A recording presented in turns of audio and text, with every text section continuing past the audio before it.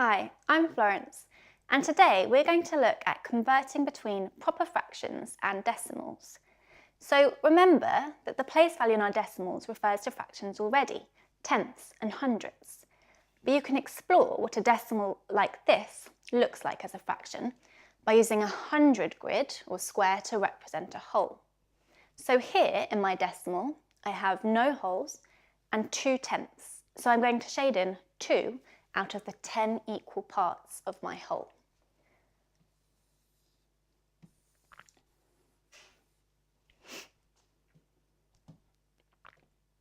Pupils can then really clearly see that I've shaded 2 out of 10 equal parts. So 0.2 as a fraction is 2 tenths. And if you want to challenge them further, then you could ask them how many hundredths have we shaded in. And they should be able to see we've shaded 10, 20 out of a possible 100. So 2 tenths is the same as 20 hundredths.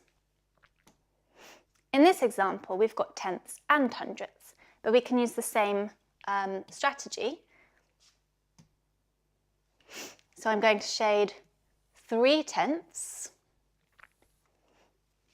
and then I need to shade 6 hundredths.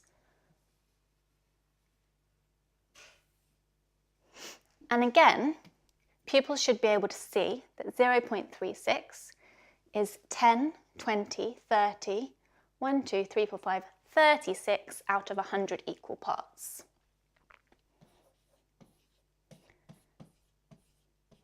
And hopefully they'll recognise that we can simplify that fraction further to 9/25.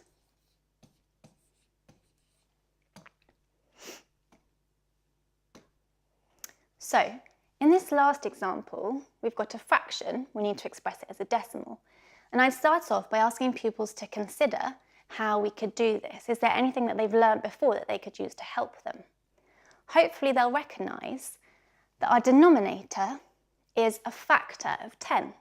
So we can convert 3/5 into tenths, which makes it much easier to express as a decimal.